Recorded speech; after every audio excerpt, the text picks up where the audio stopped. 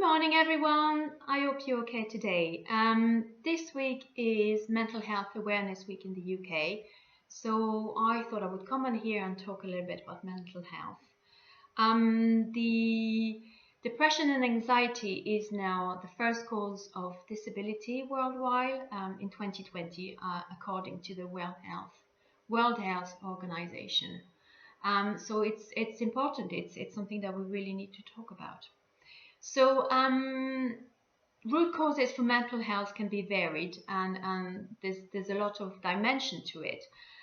It can be physical, emotional, it could be social, spiritual, loss of job, illnesses. I often talk to clients who've got digestive discomfort that can bring on depression in itself, just the pain. When you're elderly, in the elderly, loneliness, if they've lost their husband or wife. So all of this can contribute to mental health, issue with mental health. But for the purpose of today, because I'm a nutritionist, I'm going to talk about the physical side of things and what can be contributing or what can be a root cause for depression. So number one is nutritional deficiency. So important minerals and vitamins for mental health would be your magnesium, your vitamin D, your omega-3, your amino acids, your B12 and your zinc. So the vitamin D3, you can get it checked at your GP or make sure it's a glorious day again today. So just go outside and make sure you get exposure to the sunshine without any sun cream. Or the zinc, I'm not going to go into too much details, but zinc, magnesium can be found in nuts and seeds, green leafy vegetables. The B12 is mostly in meat. So if you are a vegan or vegetarian, maybe just think of about supplementing the B12. The omega-3 in fish oil, in olive oil, in seeds, nuts and seeds again. So so just have a think about all of these to maybe incorporate more of those in your diet. Number two is, I've touched on it a little bit, lack of amino acids. So amino acids are part of proteins, so they're found in legumes, nuts and seeds. There's protein in avocado, chicken, meat, beef, eggs, yogurts as well. So incorporating, so amino acids are really important for the production of neurotransmitters. So your neurotransmitter would be your serotonin, dopamine, GABA. It's not all about serotonin. There's kind of a little bit of a controversy around the fact that a lack of serotonin is responsible for depression. It can be for some people, but not everybody. And we'll talk a little bit later about inflammation that could be also a contributing factor. So make sure that you include a good source of protein at each and every meal. That will help to balance your blood sugar level, and that will help make sure that you have the raw material to produce neurotransmitter. Third, physical root cause could be an underactive thyroid. So if you have difficulty losing weight, if you find it hard to get up in the morning, if you are losing your hair, maybe it's a good idea to get in touch with your GP practice and just check your thyroid. It's quite common amongst women as we're getting older for the thyroid not to work as efficiently as it could be. So get that checked as well. Number four, hormonal imbalance can also be associated with depression. If you're still having a period, maybe a week before your period comes, you might feel a little bit lower than usual. That is kind of the dip in the start of the dip in estrogen. If you're going through the menopause, that can definitely affect mental health. So the dip or the up and down estrogen, progesterone, all of these hormones kind of will stop being produced by your ovaries. and that can affect mood. Estrogen can be contributing to production of serotonin, but also estrogen is anti-inflammatory. So again, the link with inflammation. So the better you balance your hormones, the better, the less likelihood you have to suffer maybe from mental health. It's another subject, it's a broad subject, how to balance your hormones, but look at your stress and look at, again, balancing your blood sugar. So a good source of protein at each and every meal. Another one would be an imbalance in cortisol or blood sugar. Like I mentioned again, your blood sugar going up and down will really have an impact on your mood. If you look at children, for example, when they haven't eaten or they have a high intake in sugar, you can really see it impact on their behavior. So be mindful of this.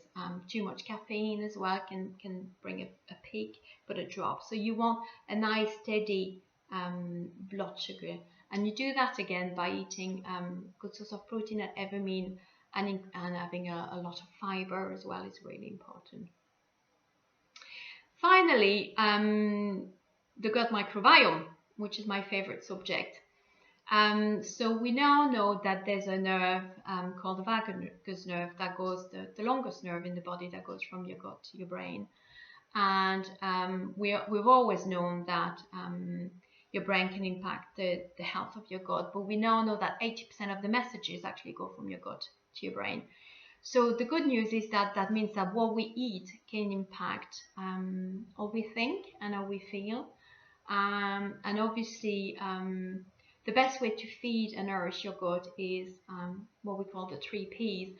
So the probiotics that you can find in live yogurt, sauerkraut, unpasteurized cheese, kimchi, kombucha. But maybe live yogurt is sufficient, maybe to include live yogurt in your diet.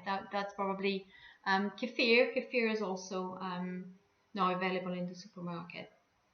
And so that would be your probiotic. The prebiotic is what feeds the gut bacteria that lives in your, most of it lives in your large intestine.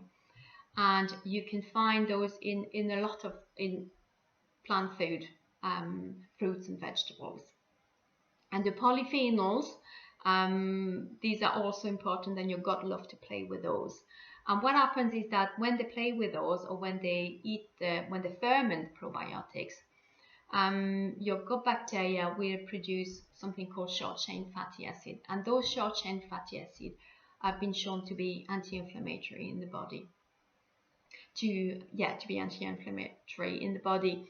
And that goes back to what I was talking about earlier on, that we now believe that there's a link between chronic inflammation and mental health, depression, mood, anxiety, and that so you can see that if you feed your gut bacteria, they will produce short-chain fatty acid, which is anti-inflammatory.